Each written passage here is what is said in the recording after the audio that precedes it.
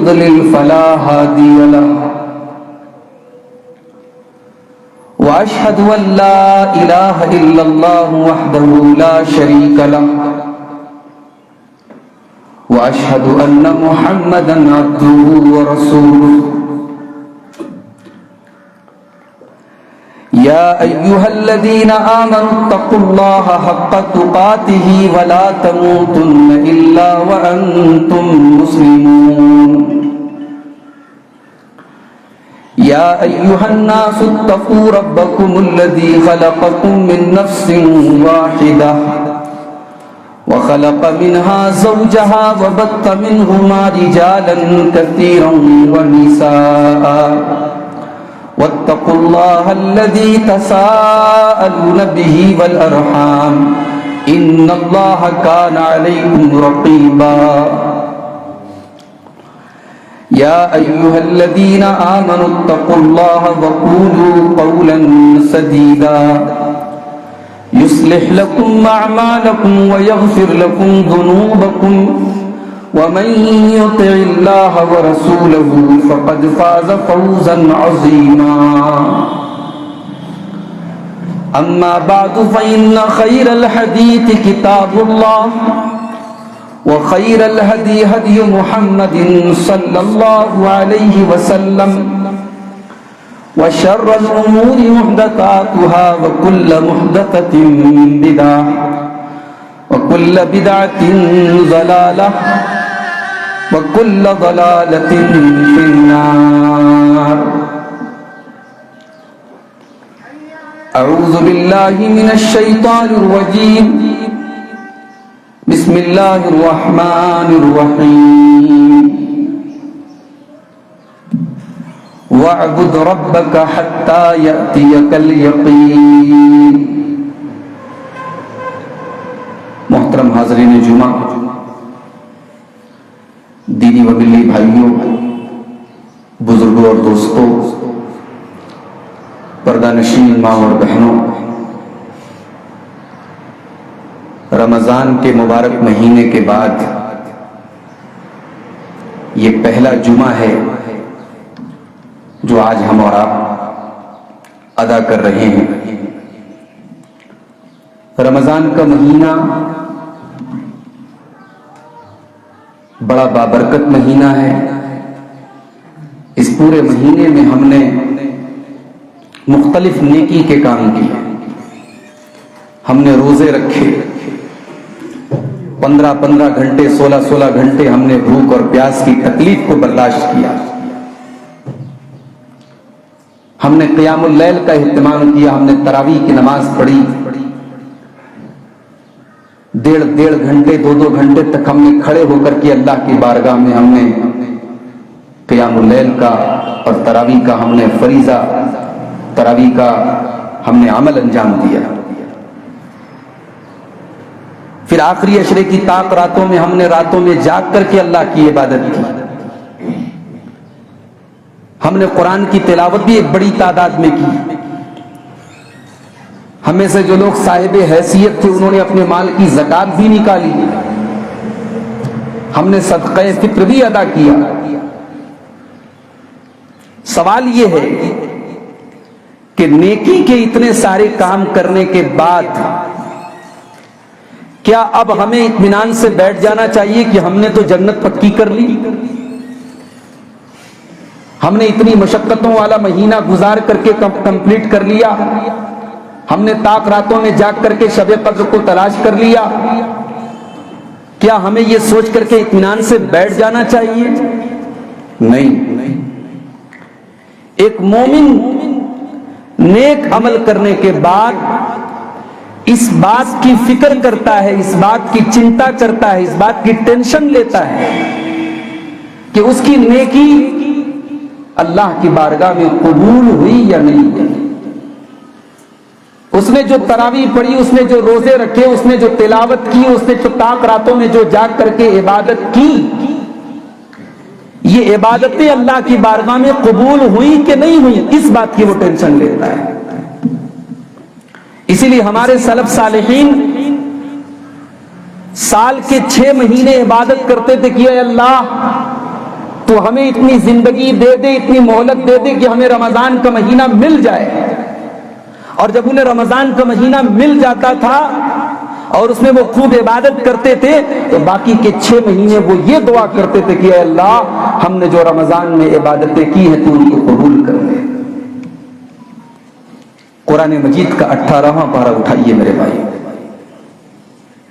اللہ تبارک و تعالیٰ اپنے نیک بندوں کی ایک کوالٹی، ان کی ایک پہچان بیان کرتا ہے، والذین یؤتون ما آتوا وقلوبهم وجلہ انہم الی ربہم راجعون۔ میرے نیک بندے وہ ہیں، میرے متقی بندے وہ ہیں، میرے پرہیزگار بندے وہ ہیں جو اللہ کی راہ میں صدقہ دیتے ہیں، خیرات کرتے ہیں، اللہ کی راہ میں پیسے خرچ کرتے ہیں۔ وَقُلُوبُهُمْ وَجِلَةٌ أَنَّهُمْ إِلَىٰ رَبِّهِمْ رَاجِعُونَ، پھر بھی ان کے دلوں کے اندر یہ ڈر ہوتا ہے، ان کے دلوں کے اندر یہ خوف ہوتا ہے، ان کے دل کانپ رہے ہوتے ہیں کہ ان کو اپنے رب کے پاس پلٹ کر کے جانا ہے۔ اما عائشہ نے قرآن کی اس آیت کے بارے میں اللہ کے نبی سے سوال کیا کہ اے اللہ کے نبی یہ کون سے لوگ ہیں جو اللہ کی راہ میں صدقہ بھی کر رہے ہیں، مال بھی دے رہے ہیں، زکوٰۃ بھی دے رہے ہیں، خیرات بھی کر رہے ہیں، پھر بھی ان کے دلوں میں ڈر ہے، ان کے دلوں میں خوف ہے۔ اے اللہ کے نبی کیا یہ وہ لوگ ہیں جو دنیا میں چوری کرتے تھے؟ کیا یہ وہ لوگ ہیں جو دنیا میں شراب پیتے تھے؟ کیا یہ وہ لوگ ہیں جو دنیا میں زنا کرتے تھے؟ یہ کون سے لوگ ہیں؟ ترمذی کی روایت ہے، اللہ کے پیارے نبی نے فرمایا لا یا بنت الصدیق، اے صدیق کی بیٹی، اے ابو بکر کی بیٹی، اے عائشہ تم غلط سمجھ رہی ہو، یہ آیت چوروں کے بارے میں نہیں ہے، یہ آیت شرابیوں کے بارے میں نہیں ہے، یہ آیت زناکاروں کے بارے میں نہیں ہے، بلکہ یہ آیت تو ان لوگوں کے بارے میں ہے الذین یصومون ویصلون ویتصدقون، جو روزہ بھی رکھتے ہیں، جو نماز بھی پڑھتے ہیں، جو صدقہ اور خیرات بھی کرتے ہیں، جو نیکی کے کام بھی کرتے ہیں، ولکن یخافون ان لا تقبل منہم، مگر وہ ڈرتے رہتے ہیں، ان کے دلوں میں خوف ہوتا ہے، ان کے دلوں میں یہ ڈر ہوتا ہے کہ ان کی عبادتیں اللہ کی بارگاہ میں قبول ہوں گی کہ نہیں ہوں گی، ان کو یہ ڈر ستاتا ہے۔ اور اس لیے اللہ کہہ رہا ہے والذین یؤتون ما آتوا وقلوبهم وجلة انہم الی ربہم راجعون، میرے نیک بندے وہ ہیں جو اللہ کی راہ میں صدقہ خیرات کرتے ہیں، جو اللہ کی راہ میں مال دیتے ہیں، پھر بھی ان کے دلوں میں ڈر ہوتا ہے کیونکہ ان کو اپنے رب کے پاس پلٹ کر کے جانا ہے۔ اسی لیے آگے کی آیت میں فرمایا اولئک یسارعون فی الخیرات وہم لہا سابقون، یہ وہ لوگ ہیں جو نیکی کے کام میں آگے آگے رہتے ہیں، جو نیکی کے کام میں بڑھ چڑھ کر کے حصہ لیتے ہیں، جو نیکی کے کام میں پیچھے نہیں رہتے۔ تو رمضان کے گزرنے کا یہ مطلب نہیں ہے میرے بھائی کہ ہم اطمینان سے بیٹھ جائیں۔ ارے ہم تو 5 ٹائم کی نماز بھی پڑھتے ہیں، تو نماز کے بعد بھی ہم اللہ سے استغفار کرتے ہیں، سلام پھیرنے کے بعد ہم کہتے ہیں اللہ اکبر، استغفر اللہ استغفر اللہ استغفر اللہ، ہم 3 بار استغفار کرتے ہیں۔ استغفار کا مطلب کیا ہوتا ہے؟ ہم اللہ سے معافی مانگتے ہیں کہ ہم نے نماز تو پڑھ دی ہے اللہ، مگر ہم اس بات کی گارنٹی نہیں لے سکتے کہ ہماری نماز تیری بارگاہ میں قبول ہو گئی، ہم اس بات کی گارنٹی نہیں لے سکتے کہ ہم نے تیری بندگی کا حق ادا کر دیا۔ ہم نماز کے بعد استغفار کر کے اللہ تعالیٰ سے یہ دعا کرتے ہیں کہ اللہ ہم نے تو نماز ادا کر دی، اگر ہماری نماز میں کچھ چوک ہو گئی ہو، کچھ کمی ہو گئی ہو، کچھ بھول ہو گئی ہو تو اے اللہ تو اس کو معاف کر دینا، تو اس پر پردہ ڈال دینا، تو اس کی مغفرت فرما دینا اور ہماری نماز کو تو قبول کر لینا۔ یہ ہے فلسفہ نماز کے بعد استغفار کا۔ حضرت ابراہیم علیہ السلام اور ان کے بیٹے حضرت اسماعیل علیہ السلام دونوں پیغمبر ہیں، دونوں اللہ کے نبی ہیں، باپ بھی نبی بیٹا بھی نبی، باپ خلیل اللہ بیٹا ذبیح اللہ، باپ بھی عظیم ہے بیٹا بھی عظیم ہے، دونوں باپ بیٹے خانے کعبہ کی تعمیر کر رہے ہیں. خانے کعبہ اللہ کی زمین پر اللہ کی عبادت کا پہلا گھر بنا رہے ہیں. ظاہر ہے بہت بڑا کام کر رہے ہیں, اتنی بڑی نیکی کر رہے ہیں, اتنا بڑا کام کر رہے ہیں. ہونا تو یہ چاہیے کہ بھئی آدمی دنیا میں چھوٹی موٹی نیکی کا کام کر کے سمجھتا ہم نے بہت بڑا تیر مار لیا. ہمارے طریقے کے حساب سے تو ابراہیم اور اسماعیل علیہ السلام کو تو بڑا فخر کرنا چاہیے, ان کو تو بڑا ناز ہونا چاہیے کہ ہم اللہ کی زمین پر اللہ کی عبادت کا پہلا گھر بنا رہے ہیں. مگر جانتے ہو دونوں کی زبان پر کیا دعا تھی جب وہ خانے کعبہ کو بنا رہے تھے؟ قرآن کریم کا پہلا پارہ کھولو اور پہلے پارے کی آخری پیج کو, قرآن کے پہلے پارے کی آخری آیات ہے. وَإِذْ يَرْفَعُ إِبْرَاهِيمُ الْقَوَاعِدَ مِنَ الْبَيْتِ وَإِسْمَاعِيلُ رَبَّنَا تَقَبَّلْ مِنَّا إِنَّكَ أَنْتَ السَّمِيعُ الْعَلِيمُ وَتُبْ عَلَيْنَا إِنَّكَ أَنْتَ التَّوَّابُ الرَّحِيمُ. کیا دعا کر رہے ہیں دونوں؟ یاد کرو جب میرا بندہ ابراہیم اور اس کا بیٹا اسماعیل جب دونوں خانے کعبہ کی تعمیر کر رہے ہیں, جب دونوں خانے کعبہ کی عمارت کو اونچا کر رہے ہیں, جب دونوں خانے کعبہ کو بنا رہے ہیں, دونوں کی زبان پر کیا کلمات ہیں, کیا الفاظ ہیں, دونوں دعا کر رہے ہیں ربنا تقبل منا انک انت السمیع العلیم. پروردگار ہم یہ کعبہ تو بنا رہے ہیں, ہم تیرا گھر تو بنا رہے ہیں, مگر اے اللہ ہمیں اس بات پر کوئی ناز نہیں ہے, ہمیں کوئی غرور نہیں ہے, ہمیں کوئی گھمنڈ نہیں ہے, ہمیں اس بات کا کوئی احساس نہیں کہ ہم بہت بڑا کام کر رہے ہیں. اے اللہ ہم تو تجھ سے یہ دعا کر رہے ہیں ربنا تقبل منا انک انت السمیع العلیم. اے اللہ تو ہماری اس نیکی کو قبول کر لے, تو ہماری اس خدمت کو قبول کر لے.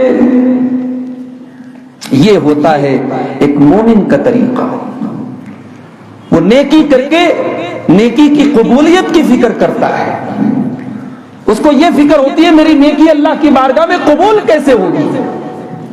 اسی لیے حضرت علی رضی اللہ تعالیٰ عنہ کہا کرتے تھے کہ کونوا اشد اہتماما لقبول العمل, عمل کی قبولیت کی فکر کیا کرو, عمل کرنے سے زیادہ عمل کی قبولیت کی فکر کیا کرو.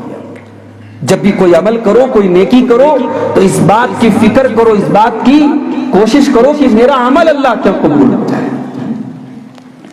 اب ہم سب اپنے دل پر ہاتھ رکھ کے سوچیں اور غور کریں میرے بھائی کہ ہم نے رمضان میں جو عبادتیں کی ہیں, اور یقیناً ہم سب نے کی ہیں. میں ایسے بھی لوگوں کو جانتا ہوں جو رات میں تنہائی میں تہجد پڑھتے تھے. حالانکہ مسجد میں تراویح کی نماز جماعت سے پڑھنا زیادہ افضل ہے, اس کا زیادہ ثواب ہے.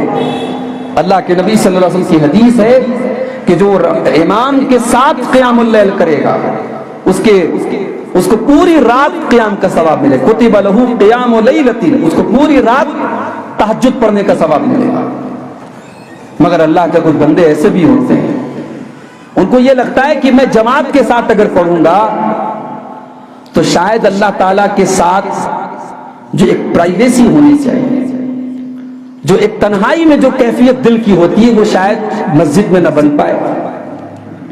پورے رمضان وہ اکیلے عبادت کرتے ہیں. ایسے بھی لوگ ہوتے ہیں, ایسے بھی لوگ ہوتے ہیں کہ اللہ کی راہ میں لاکھوں کروڑوں دے دیتے ہیں, اور جس کو دیتے ہیں اس کو خبر تک نہیں ہونے دیتے کہ تجھ کو کون دے رہا ہے.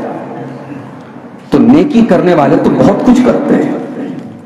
سوال یہ ہے کہ اس بات کا ثبوت کیا ہے, اس بات کا پروف کیا ہے, اس بات کی دلیل کیا ہے, اس بات کی نشانی کیا ہے کہ ہماری نیکی اللہ تعالیٰ کیا قبول ہوگی. آئیے میں آپ کو بتاتا ہوں کہ اس کی نشانی کیا ہے. آپ نے رمضان بھر عبادتیں کی ہیں, آپ نے روزے رکھے ہیں, آپ نے تراویح پڑھی, آپ نے صدقہ خیرات کیا.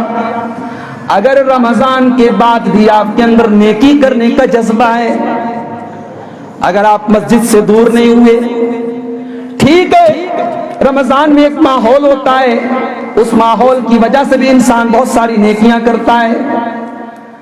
لیکن اگر رمضان کے بعد اتنا زیادہ تو نہیں، لیکن پھر بھی نیکی کا جذبہ آپ کے دل کے اندر موجود ہے۔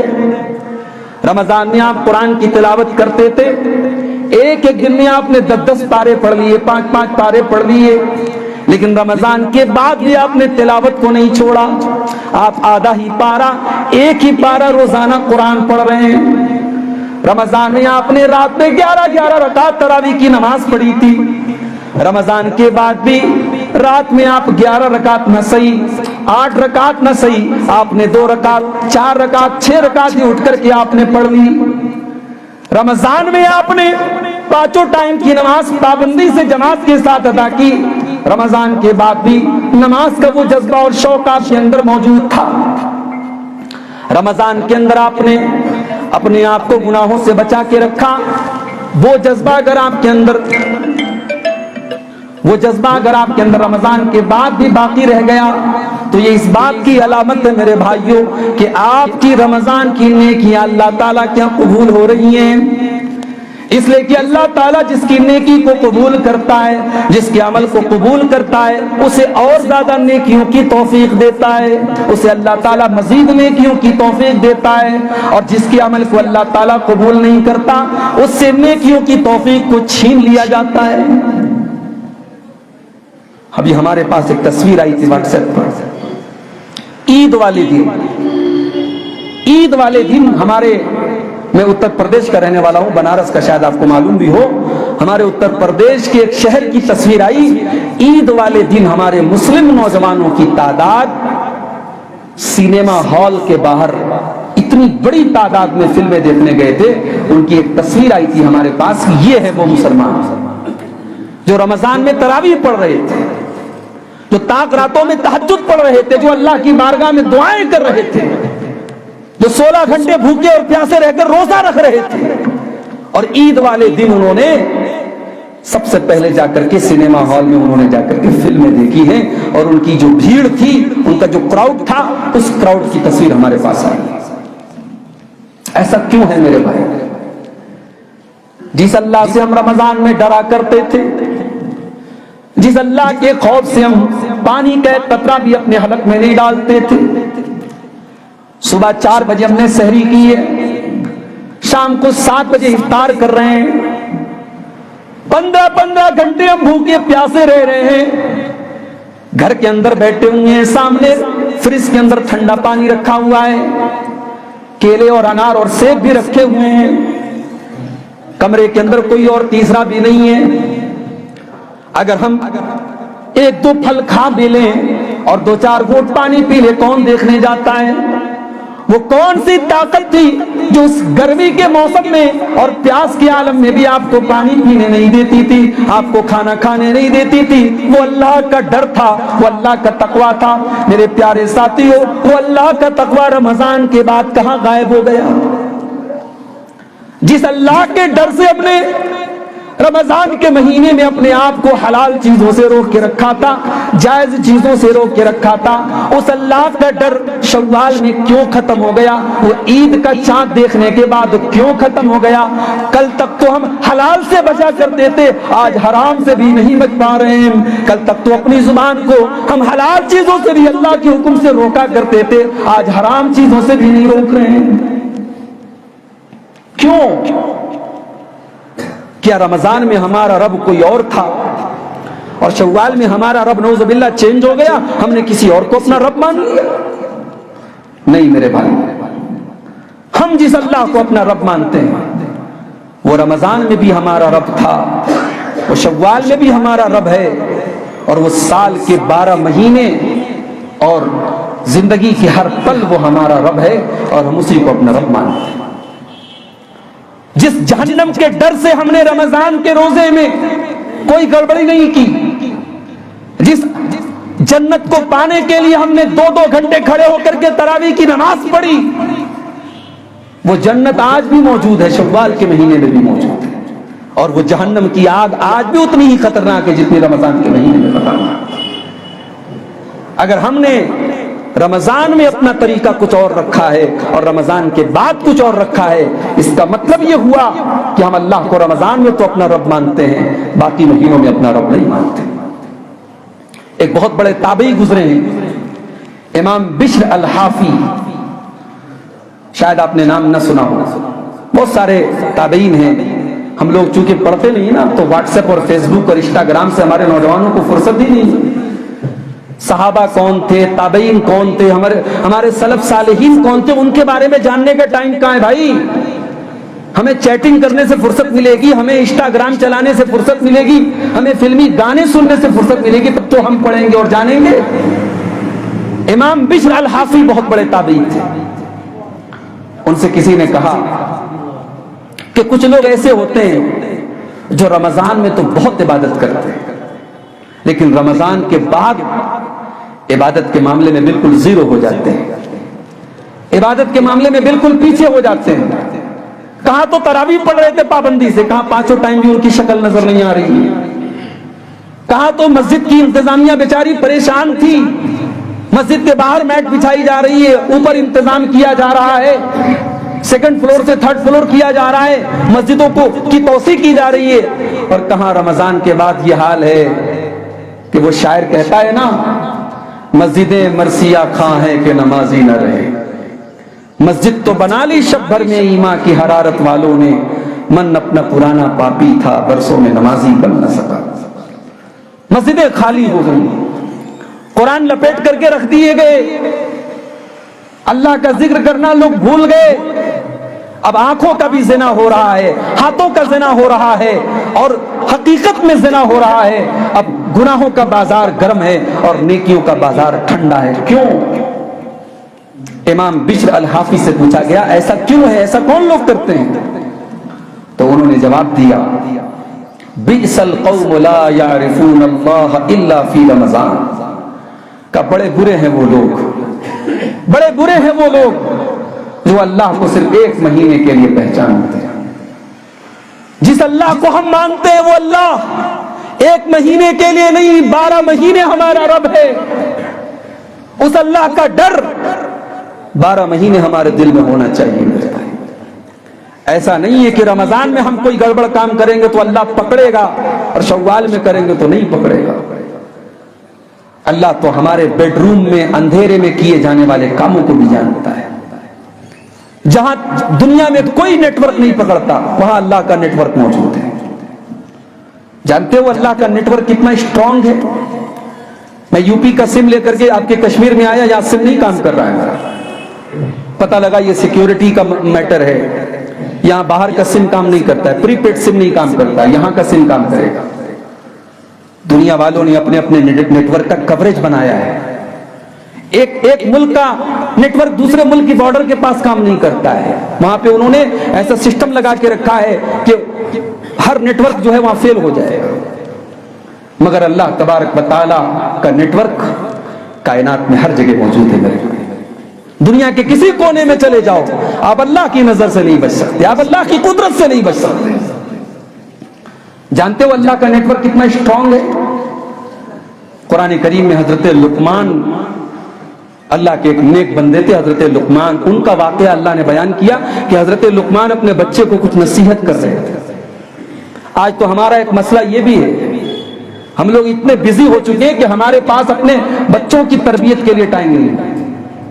ذرا اپنے دل پہ ہاتھ رکھ کے ہر باپ بتائے جو اس مسجد میں بیٹھا ہے کہ اپنے بچے کی تربیت کے لیے کتنا ٹائم نکالتا ہے.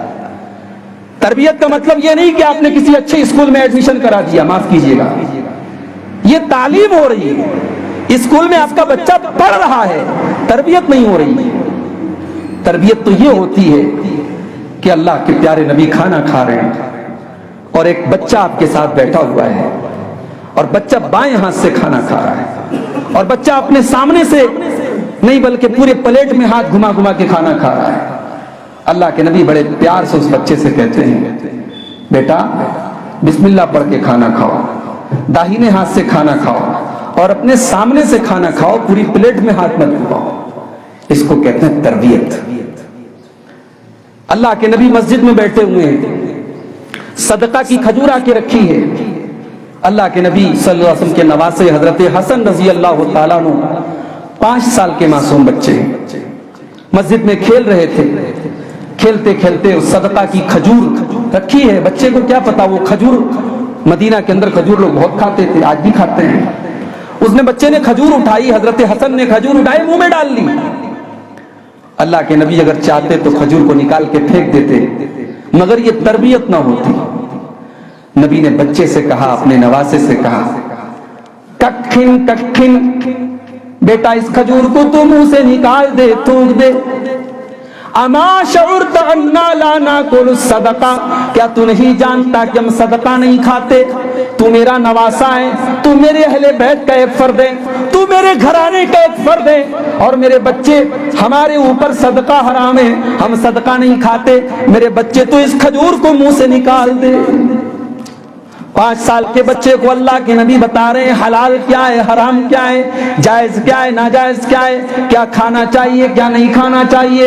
میرے پیارے ساتھیوں، آج اس تربیت کا ہمارے پاس ٹائم نہیں ہے۔ ہم اتنے بڑے کاروباری ہو گئے، ہم اتنے بڑے بزنس مین ہو گئے، ہم اتنے بزی ہو گئے کہ ہمارے پاس اپنے بچوں کی تربیت کے لیے ٹائم نہیں ہے۔ قرآن کریم حضرت لقمان کا واقعہ بیان کر رہا ہے۔ حضرت لقمان اپنے بچے کو تربیت کر رہے ہیں، اپنے بچے کو سمجھا رہے ہیں، اپنے بچے کو نصیحت کر رہے ہیں۔ کیا کہتے ہیں؟ یا بنی انہا ان تک مثقال حبۃ من خردل فتکن فی صخرۃ او فی السماوات او فی الارض یاتی بہا اللہ۔ اے میرے بچے، اگر ایک رائی کے دانے کے برابر بھی کوئی چیز ہوگی، رائی جانتے ہوں گے آپ لوگ، مجھے نہیں پتا آپ کے کشمیری میں کیا بولتے ہیں اس کو، ہمارے یہاں مسالے میں ڈالا جاتا ہے، بہت باریک سا دانے ٹائپ کا ہوتا ہے، اس کو رائی بولتے ہیں، عربی میں اس کو خردل بولتے ہیں۔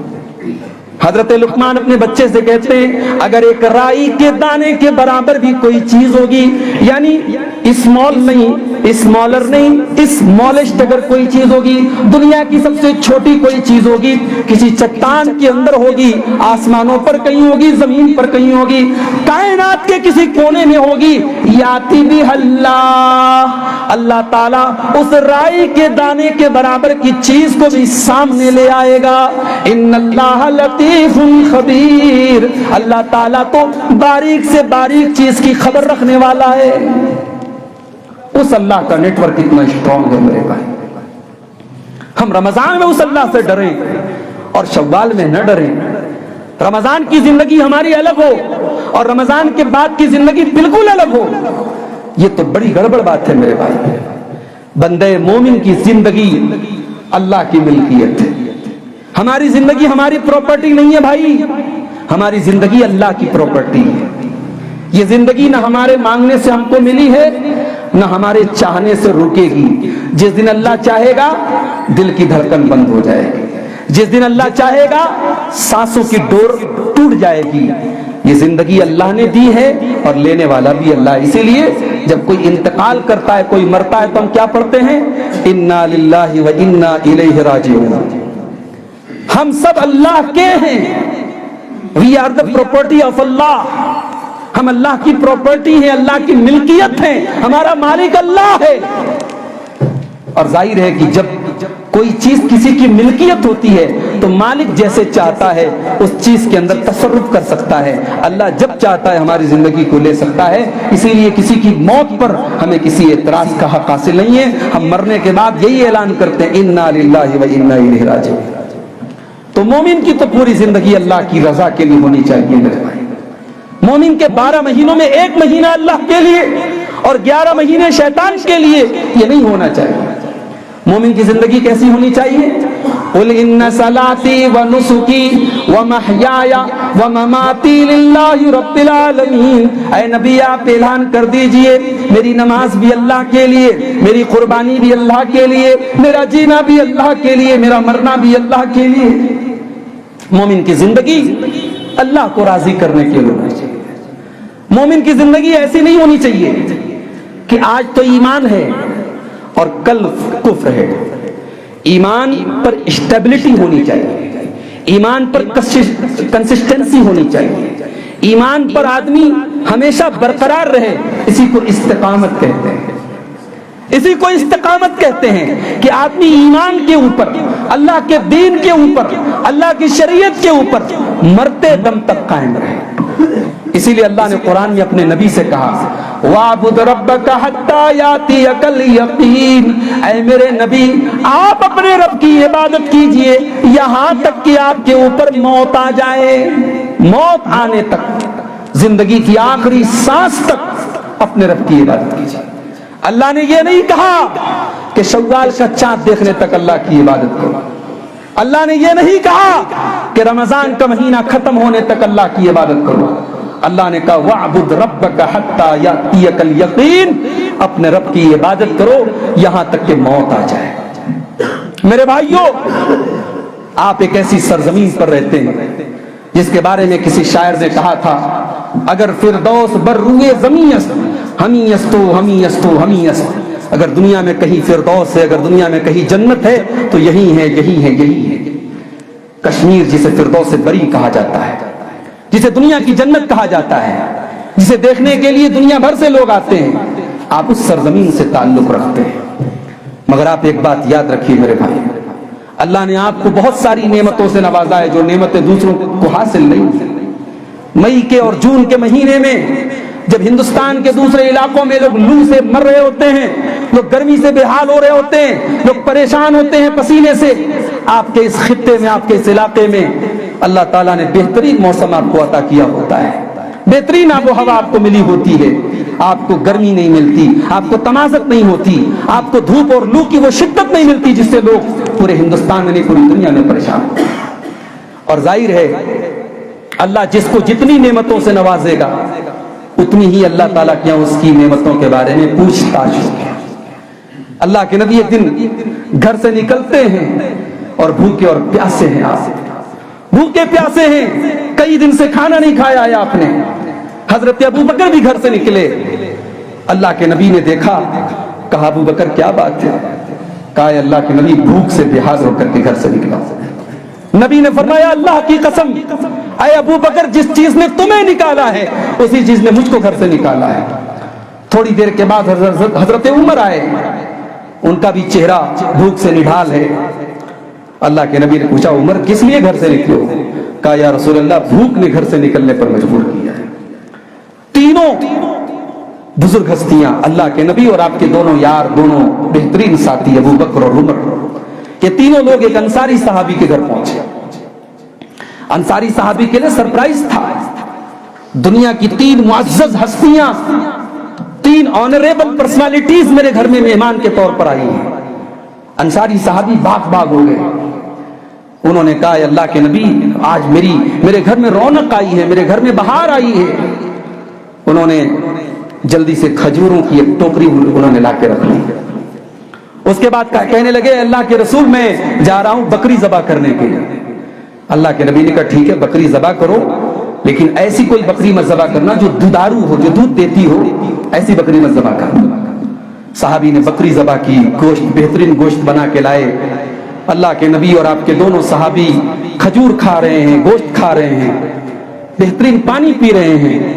اللہ کے نبی نے اپنے صحابہ سے کہا، حضرت ابو بکر سے کہا، حضرت عمر سے کہا اے ابو بکر اے عمر ابھی تم دونوں گھر سے نکلے تھے، میں بھی گھر سے نکلا تھا، ہمارا بھوک سے حال بے حال تھا، پیاس سے اور بھوک سے ہم تڑپ رہے تھے، اور ابھی اللہ تعالیٰ نے ہم کو بہترین کھانے سے نواز دیا۔ اے ابو بکر اے عمر کان کھول کر کے سن لو، یہ نعمتیں جو ہم کو اور تم کو مل رہی ہیں ثم لتسألن یومئذ عن النعیم، ان نعمتوں کے بارے میں کل قیامت کے دن حساب لیا جائے گا، پوچھا جائے گا۔ یہ نعمتیں اگر اللہ نے ہم کو دی ہیں، یہ بہترین کھانا اللہ نے ہم کو دیا ہے، یہ بہترین پانی اللہ نے ہم کو دیا ہے، یہ بہترین گوشت ہم کو کھانے کو ملا ہے، تو ان نعمتوں کا حساب بھی اللہ کیا دینا پڑے گا۔ تو میرے بھائیو اگر اللہ نے آپ کو اس نعمت قدے کے اندر، اس بہترین نعمت والی جگہ میں اگر آپ کو اللہ نے پیدا کیا ہے اور آپ یہاں رہتے ہیں تو ان نعمتوں کا حساب بھی ہمیں اور آپ کو اللہ کے دینا پڑے گا۔ رمضان بھر ہم تراویح پڑھیں، رمضان بھر ہم روزے رکھیں، رمضان بھر ہم تلاوت کریں، اور عید کے دن سے ہم گناہوں کی ایک نئی دنیا آباد کر دیں۔ ہمارا نوجوان بے حیائی اور بدکاری کے کاموں میں مبتلا ہو جائے، شراب و شباب کے نشے میں ڈوب جائے، ہماری نوجوان بہنیں بے حیائی پر اتر جائیں، بے پردگی پر اتر جائیں، اور ہم کیا کھا رہے ہیں، کیا پی رہے ہیں، کہاں جا رہے ہیں، ہم یہ بھول جائیں، تو اس کا مطلب یہ ہوا کہ ہم نے نیکی کر کے ہم نے اپنے اکاؤنٹ میں جو نیکیوں کو درج کرایا تھا، اپنے نام اعمال میں جو نیکیاں ہم نے نوٹ کروائی تھی، اب ہم ایک ایک کر کے ان نیکیوں کو ڈیلیٹ کروا رہے ہیں۔ اللہ نے قرآن کے 14ویں پارے میں ایک عورت کا ذکر کیا۔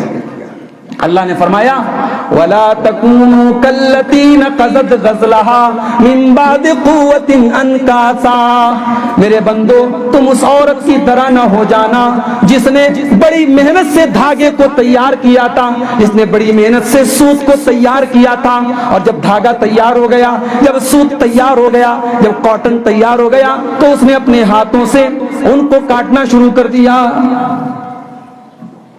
اس عورت کی طرح مت ہو جاؤ جو بڑی محنت سے دھاگے کو تیار کرتی ہے اور اس کے بعد اس کو اپنے ہاتھوں سے کاٹ کر کے توڑ کر کے برباد کر دیتی ہے۔ میرے بھائیوں، ہم سب اپنے دل پر ہاتھ رکھ کر کے سوچیں کہ ہم وہی کام نہیں کر رہے ہیں۔ ہم ایک مہینہ اللہ کی عبادت کریں، اللہ کو راضی کریں، حرام سے بچیں، ناجائز سے بچیں، اور رمضان ختم ہوتے ہی ہم حرام چیزوں میں لگ جائیں تو ہم تو اسی بڑھیا عورت کی طرح ہو گئے جو اپنی محنت سے اس دھاگے کو، اس تاگے کو، اس سوت کو تیار کر دیا اور پھر کاٹنے لگتی ہے۔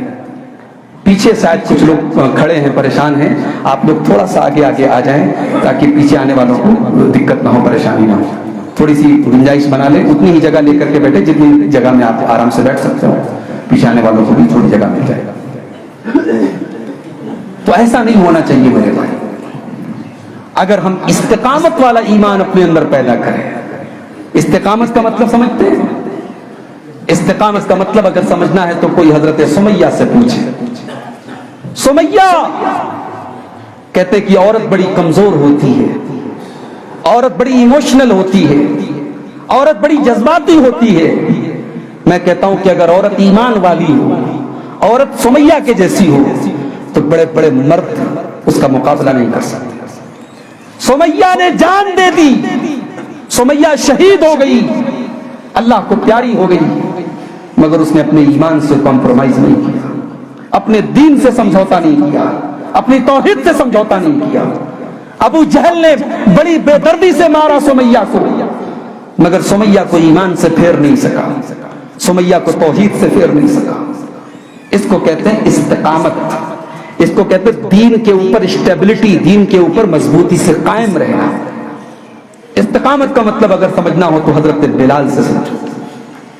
بلال کہنے کو ایک غلام تھا، بلال کہنے کو رہنے والا حبشہ کا ایک کالا کلوٹا غلام تھا۔ وہ کوئی ہینڈسم نہیں تھا، وہ آپ کی طرح کوئی خوبصورت نہیں تھا۔ شاید دنیا والوں کی نظروں میں ہینڈسم اور اسمارٹ ہونے کی جتنے معیار ہوتے ہیں، جتنے پیمانے ہوتے ہیں، اس میں سے کسی پیمانے پر بلال کھڑا نہیں اترتا۔ بلال کا پورا جسم بالکل بلیک ہے، کالا ہے، مگر بلال کے سینے میں جو دل ہے وہ اللہ کے لیے دھڑکتا ہے۔ بلال کا مالک امیہ بن خلف مکے کی تپتی ہوئی ریت پر بلال کو لٹا دیتا ہے اور بلال کے سینے پر گرم پتھر رکھ دیتا ہے اور بلال سے کہتا ہے کہ اے بلال، تیری پگھلنے والی یہ چربیاں مجھ کو اچھی نہیں لگ رہی، تیرے سینے سے یہ جو جلنے کی جو مہک آ رہی ہے مجھے اچھی نہیں لگ رہی ہے، تو اسلام کو چھوڑ دے، تو نبی کا دین چھوڑ دے، ہم تجھے چھوڑ دیں گے۔ مگر بلال تیری ایمان کا کیا کہنا، بلال تیری استقامت کا کیا کہنا، کہ بلال اس نازک لمحے میں، اس پریشانی کے موڑ پر بھی بلال کی زبان سے ایک ہی لفظ نکلتا ہے، احد احد احد، میرا رب ایک ہے، میرا اللہ ایک ہے، اس رب کی توحید کو میں نہیں چھوڑ سکتا۔ یہ استقامت اگر ہمارے اندر پیدا ہو جائے میرے بھائی، ہماری دنیا بھی بہترین بن جائے گی اور آخرت بھی بہترین بن جائے گی۔ کوئی ڈر نہیں ہوگا ہماری زندگی میں، کوئی خوف نہیں ہوگا، کسی کا کوئی ڈر نہیں ہوگا، کوئی غم نہیں ہوگا، اگر ہمارے اندر یہ استقامت پیدا ہو جائے۔ ان الذين قالوا ربنا الله ثم استقاموا تتنزل عليهم الملائكة الا تخافوا ولا تحزنوا وابشروا بالجنة التي كنتم توعدون۔ جنہوں نے اللہ کو اپنا رب مانا اور پھر استقامت پر آ گئے, پھر اسی کے اوپر ڈٹ گئے, اسی کے اوپر جم گئے. ان کے پاس ان کی موت کے ٹائم فرشتے آتے اور کہتے ہیں اللہ تخافوا ولا تحزنوا, تمہیں ڈرنے کی ضرورت نہیں ہے, تمہیں غمگین ہونے کی ضرورت نہیں ہے, تمہاری دنیا بھی چین والی, تمہاری قبر کی زندگی بھی چین والی, تمہاری آخرت کی زندگی بھی چین والی, تمہیں وہ جنت ملے گی جس کا تم سے وعدہ کیا گیا. استقامت آج ہمارے اندر نہیں ہے میرے بھائی. نبی کے صحابہ کو دیکھو, نبی کے صحابہ اپنے حالات پر غور کرتے تھے, وہ دیکھتے تھے ہمارے اندر کب چینجنگ آ رہی ہے. اللہ کے رسول کے ایک صحابی تھے حضرت حنظلہ رضی اللہ تعالیٰ عنہ. حضرت حنظلہ رضی اللہ تعالیٰ عنہ یہ ایک دن گھر سے نکلے, راستے میں ابو بکر صدیق ملے, کہنے لگے اے ابو بکر مجھے ایک پریشانی ہے, ایک پرابلم ہے. کہ کیا مسئلہ ہے؟ کہ مجھے ایسا لگتا ہے کہ میں منافق ہو گیا. کہا یہ کیا بات کر رہے ہو, یہ تم کیسے کہہ سکتے ہو کہ تم منافق ہو گئے؟ کہا کہ اے ابو بکر جب ہم نبی کے پاس بیٹھتے ہیں, جب ہم نبی کی باتیں سنتے ہیں تو ایسا لگتا ہے کہ جنت اپنی آنکھوں سے دیکھ رہے ہیں, ایسا لگتا ہے جہنم اپنی آنکھوں سے دیکھ رہے ہیں. دل کی عجیب و غریب دنیا بن جاتی ہے. لیکن اے ابو بکر جب ہم بال بچوں میں چلے جاتے ہیں, جب گھر کے کاروبار میں لگ جاتے ہیں, جب دنیا کی چیزوں میں لگ جاتے ہیں, فنسینا کثیرا, ہم بہت ساری چیزوں کو بھول جاتے ہیں, پھر دل کے اندر وہ چیز باقی نہیں رہتی. تو یہ تو منافق کی پہچان ہوتی ہے کہ کبھی تو ایمان پر ہے, کبھی کفر کے اوپر ہے, کبھی اللہ اور اس کے رسول کو مانتا ہے, کبھی نہیں مانتا. تو اے ابو بکر مجھے تو ایسا لگ رہا ہے میں منافق ہو گیا. اللہ اکبر. آج ہماری انگلی ہمیشہ دوسروں کے اوپر اٹھتی ہے. ہم نے ہمیشہ دوسروں کو منافق کہا ہے, ہم نے ہمیشہ دوسروں کو کافر اور مشرک کہا ہے. کبھی ہم نے اپنے گریبان میں نہیں جھانکا, کبھی ہم نے اپنی اصلاح کی کوشش نہیں کی. یہی فرق ہے ہمارے اور نبی کے صحابہ کے بیچ. حضرت حنظلہ نے کسی اور پر فتویٰ نہیں لگایا, کسی اور کو منافق نہیں کہا, پہلے اپنے گریبان میں جھانکا اور کہا کہ مجھے ایسا لگ رہا ہے میں منافق ہو گیا. حضرت ابو بکر صدیق نے کہا کہ اے حنظلہ یہ جو تم مسئلہ بیان کرو یہ مسئلہ تو میرے ساتھ بھی ہے, یہ پرابلم تو میرے ساتھ بھی ہے. مجھے بھی رسول کے ساتھ جب ہوتا ہوں تو ایسا محسوس ہوتا ہے, اور جب گھر میں جاتا ہوں تو ایسا محسوس نہیں ہوتا ہے. دونوں لوگ اللہ کے رسول کے پاس آئے اور اللہ کے نبی کے پاس آ کر کے حضرت حنظلہ نے کہا کہ اے اللہ کے نبی میں منافق ہو گیا ہوں اور ایسا ایسا مسئلہ میرے ساتھ ہے. اللہ کے نبی نے فرمایا والذی نفسی بیدہ لو انکم ان تدومون علی ما تکونون عندی.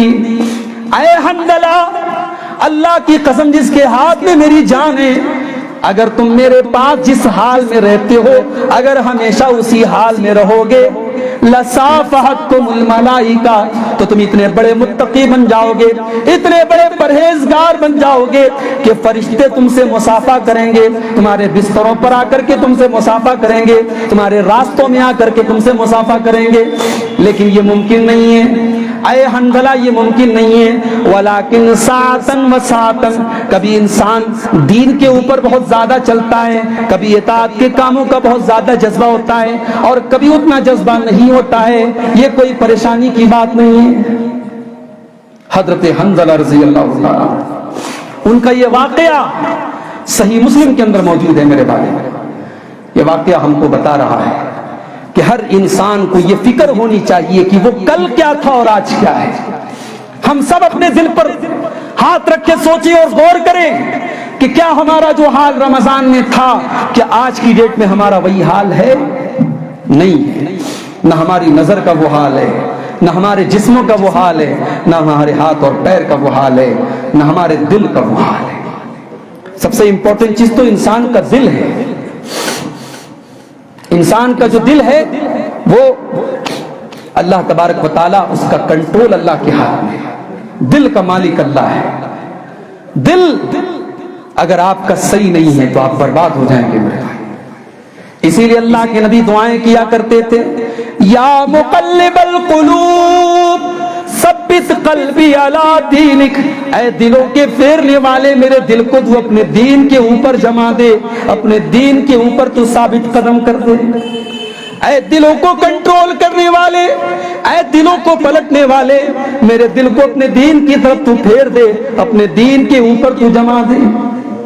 یہ نبی اکرم دعائیں کیا کرتے تھے، اور ایک بہت پیاری دعا آپ نے یہ بھی سکھائی ہے، اللہم اصلح لی دینی الذی هو عصمت امری، اے اللہ تو میرے دین کو درست کر دے، تو میرے دین کو صحیح کر دے، کیونکہ میری اصل بنیاد تو میرا دین ہے، میرے معاملے کی بنیاد تو میرا دین ہے، جس کے اوپر میری نجات کا معاملہ ہے وہ تو میرا دین ہے۔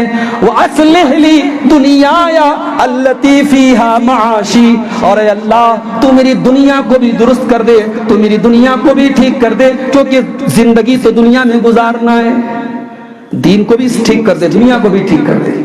وَأَصْلِحْ لِي آخِرَتِي الَّتِي إِلَيْهَا مَعَادِي، اور اے اللہ تو میری آخرت کو بھی ٹھیک کر دے، کیونکہ لوٹ کر کے تو وہی جانا ہے۔ دین کو بھی صحیح کر دے، دنیا کو بھی صحیح کر دے، اور آخرت کو بھی صحیح کر دے۔ وَاجْعَلِ الْحَيَاةَ زِيَادَةً لِّي فِي كُلِّ خَيْرٍ، اور اے اللہ تو میری زندگی کو ایسا بنا دے کہ زندگی کا ہر پل اور ہر منٹ میری زندگی میں نیکیوں کو لے کر کے آئے۔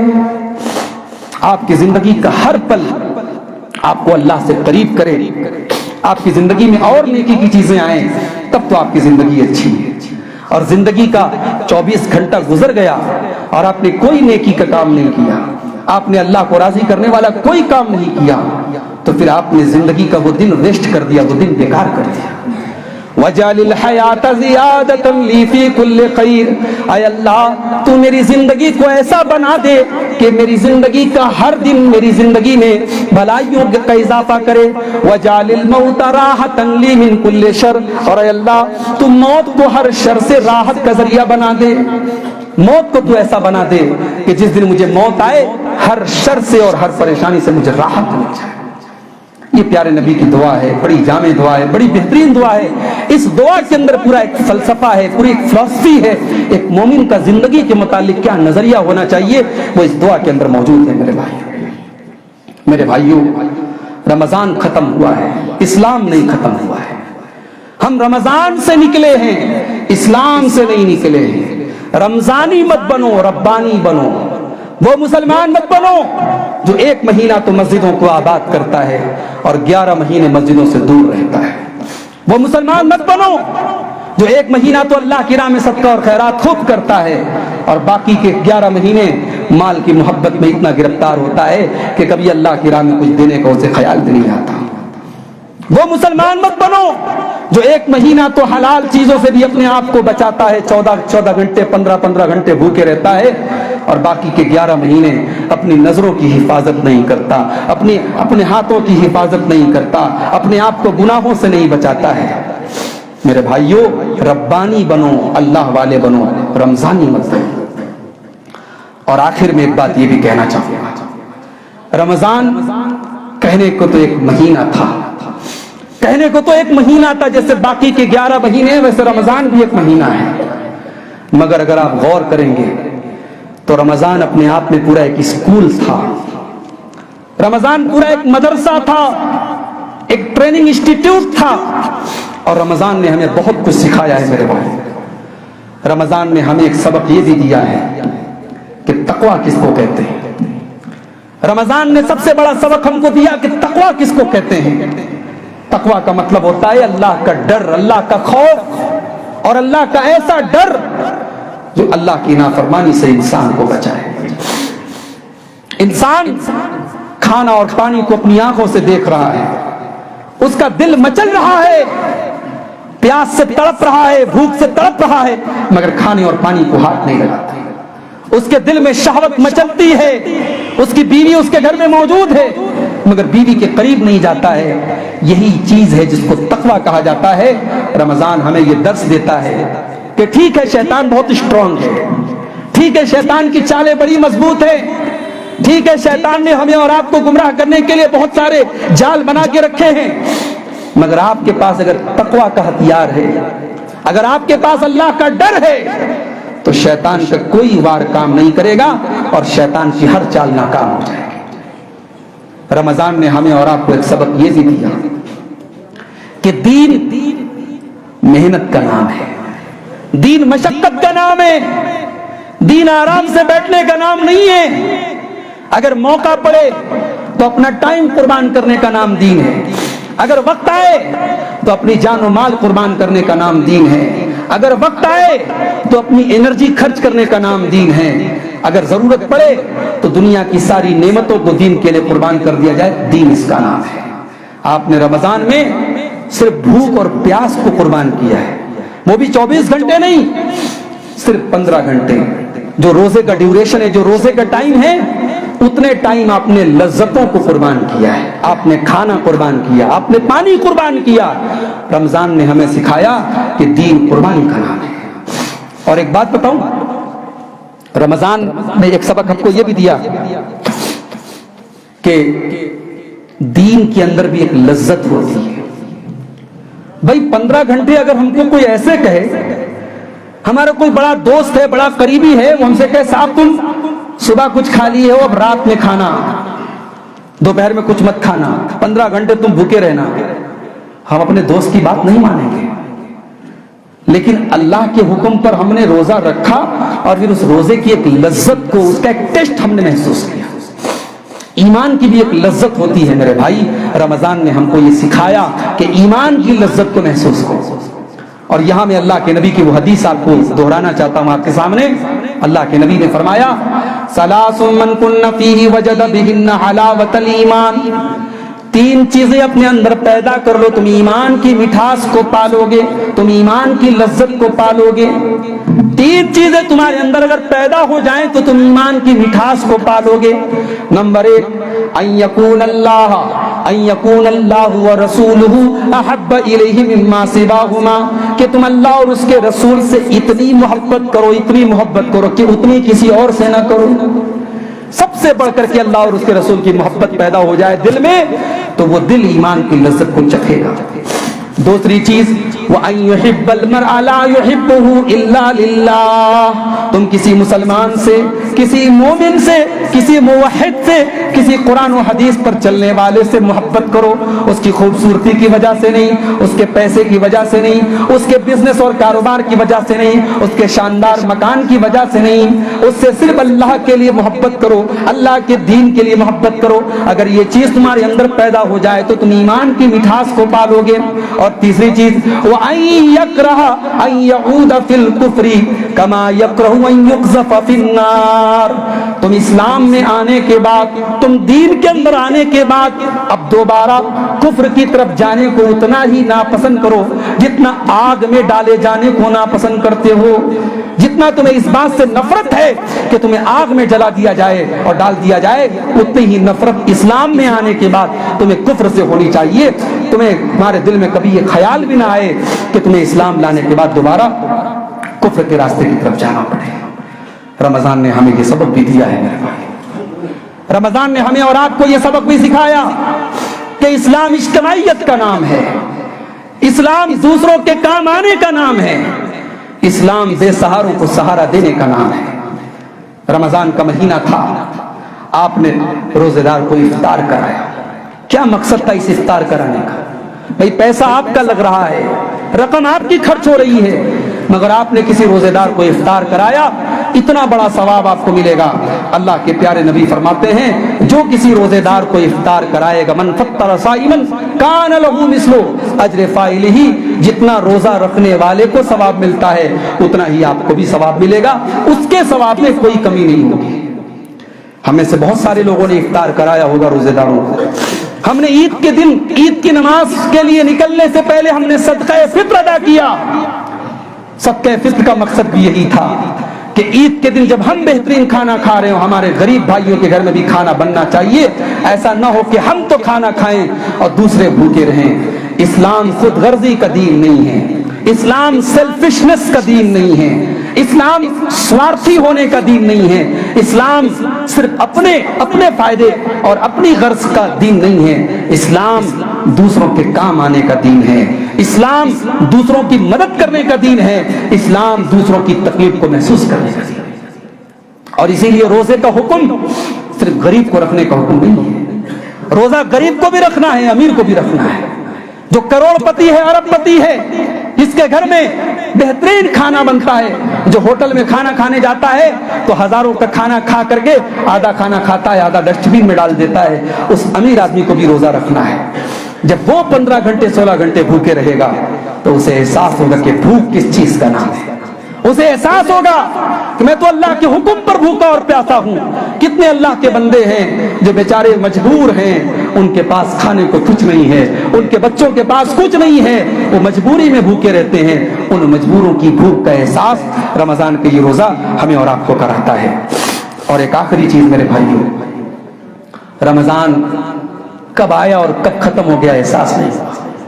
اللہ نے رمضان کا ذکر کرتے ہوئے قرآن میں فرمایا ایام معدودات, یہ گنتی کے چند دن ہیں. رمضان جب شروع ہوتا ہے تب آدمی کو لگتا ہے یار بڑا لمبا روزہ ہے, کیسے رکھیں گے, مگر جب رمضان ایک بار شروع ہو جاتا ہے پھر کتنا جلدی ختم ہو جاتا ہے ہمیں احساس بھی نہیں. رمضان ہمیں یہ سبق دیتا ہے کہ جیسے یہ مہینہ آیا اور گزر گیا, ایسے ہی ایک دن آئے گا کہ آپ دنیا کے لیے مرحوم ہو جائیں گے, آپ کی ہستی مٹ جائے گی اور آپ منو مٹی نیچے دفن ہو جائیں گے.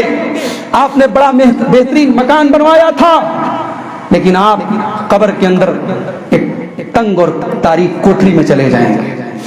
وہاں آپ کے جسم کا کیا بنے گا, وہاں آپ کی ہڈیوں کا کیا بنے گا, وہاں آپ کو کون گرمی سے راحت دے گا, وہاں آپ کو کون تکلیف سے بچائے گا. رمضان ہمیں یہ سبق دے رہا ہے کہ دنیا کو سب کچھ مت سمجھو, دنیا میں زندگی بہترین گزارو, اسلام منع نہیں کرتا, مگر اپنی زندگی کا ٹارگٹ آخرت کو بناؤ. من کان یرید العاجلۃ عجلنا لہ فیہا ما نشاء, جو دنیا کو بہتر بنانا چاہتا ہے, جو دنیا کمانا چاہتا ہے, ہم اسے دنیا دے دیں گے. عجلنا لہ فیہا ما نشاء لمن نرید, ہم دنیا تو اسے دے دیں گے. ثم جعلنا لہ جہنم یصلاھا مذموما مدحورا, پھر اسے جہنم کے اندر ڈال دیا جائے گا. ومن اراد الآخرۃ وسعی لہا سعیھا, اور جو آخرت کی تیاری کرے گا, جو آخرت کے لیے کوشش کرے گا, وہو مؤمن, اور وہ ایمان والا ہوگا. فاولئک کان سعیھم مشکورا, تو یہی وہ لوگ ہیں جن کی نیکی اللہ قبول کرے گا. تو رمضان نے ہمیں اور آپ کو یہ سبق بھی دیا ہے میرے بھائی کہ دنیا کو سب کچھ مت سمجھو, دنیا فانی ہے, دنیا ختم ہونے والی ہے. آج انسان نیا سال مناتا ہے, انسان اپنی شادی کی سالگرہ مناتا ہے, انسان اپنے بچوں کا برتھ ڈے مناتا ہے, اپنا برتھ ڈے مناتا ہے. انسان یہ نہیں سوچتا کہ اگر وہ آج 35 سال کا ہو گیا تو وہ یہ خوشی نہ منائے کہ وہ 35 سال کا ہو گیا, بلکہ وہ یہ افسوس کرے اور یہ سوچے کہ اس کی زندگی کا 1 سال اور کم ہو گیا, وہ اپنی موت سے 1 سال اور قریب ہو گیا, اور قبر کی طرف جو جانے والا راستہ تھا, 1 قدم اس راستے کی طرف وہ اور بڑھ گیا. وہ کسی شاعر نے بڑی اچھی بات کہی ہے کہ ایک اور اینٹ گر گئی دیوار حیات سے, ناداں یہ کہہ رہا ہے نیا سال مبارک. آج لوگ نئے سال کی مبارکباد دیتے ہیں جبکہ ان کی زندگی کی دیوار سے ایک اینٹ اور گر جاتی ہے. میرے بھائیو, آئیے ہم اللہ سے دعا کریں, رب العالمین ہم سب کو رمضان کے بعد کی زندگی کو بھی ایمان والی زندگی گزارنے کی توفیق عطا فرمائے. رب العالمین ہماری کوتاہیوں اور کمیوں کو معاف فرمائے. رب العالمین ہم سب کے گناہوں کو معاف فرمائے. کچھ اعلانات بھی آپ کے لیے آئے ہیں. یہ دعائے مغفرت کی ایک درخواست کی گئی ہے. غلام گنائی کیا لکھا ہوا ہے, ہاں غلام گنائی کچھ لکھا ہوا ہے, ان کے لیے آپ لوگ مغفرت کی دعا کریں.